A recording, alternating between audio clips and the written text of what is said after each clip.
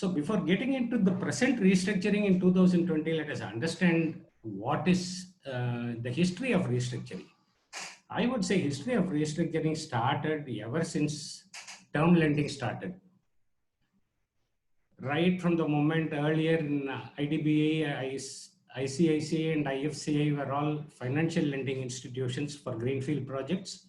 People were taking loan and then restructuring the loans. They used to call it rescheduling. They were only term loans.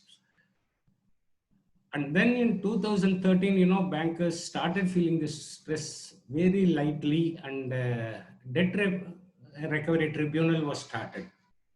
First serious restructuring happened in 2021 when corporate debt restructuring was done.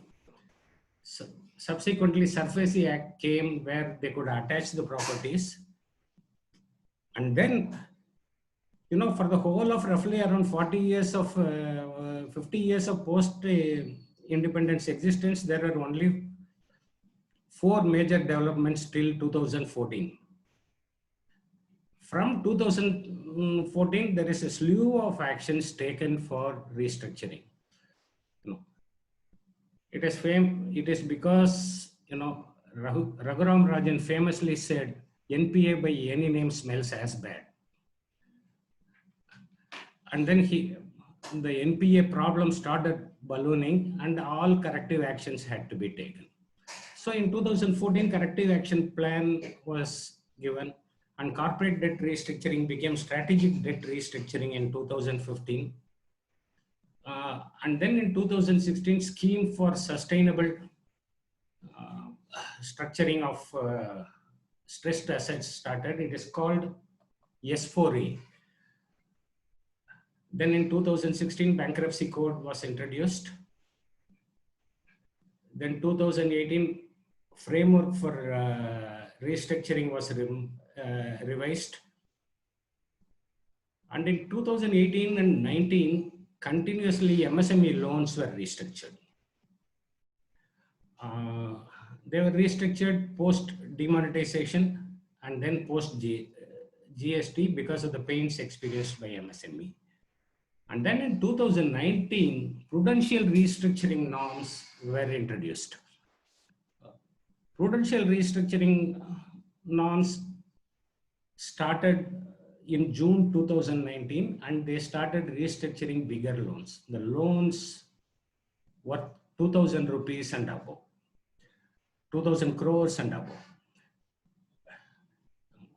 And effectively restructuring of loans from 1,500 crores to 2,000 crores started in 1st of March 2020. It was the appointed date before lockdown actually.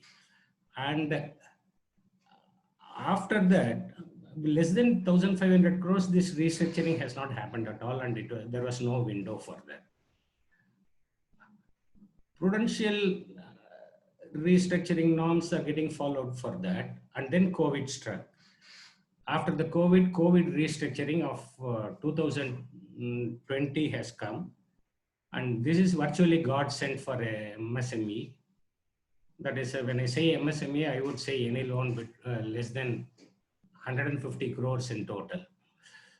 We can really look at restructuring and plan the company in such a way that things can perform very well going forward. But in the past also, MSME loans were restructured. Like I said, in 2018 and 19, 2-3 times MSME loans were restructured. But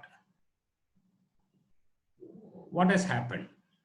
What has happened is, earlier the MSME definition was dilapidated. They were all very small, hardly companies worth anything were able to be restructured. Only the small loans were to be restructured.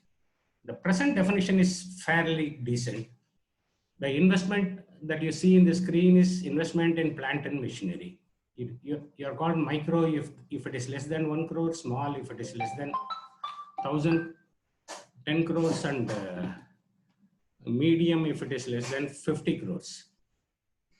Similarly, the turnover, both the caps have to be met simultaneously. 1 crore of investment and 5 crores of turnover, or 10 crores of investment and 50 crores of turnover, or 50 crores of investment and 250 crores of turnover.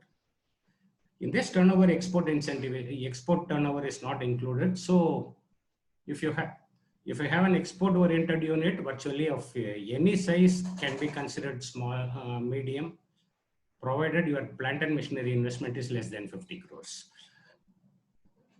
There is scope to revise up to rupees 500 crores. Quite recently, as about a week back, Finance Minister Nirmala Sitharaman said she will listen to the industry and change it accordingly. Okay.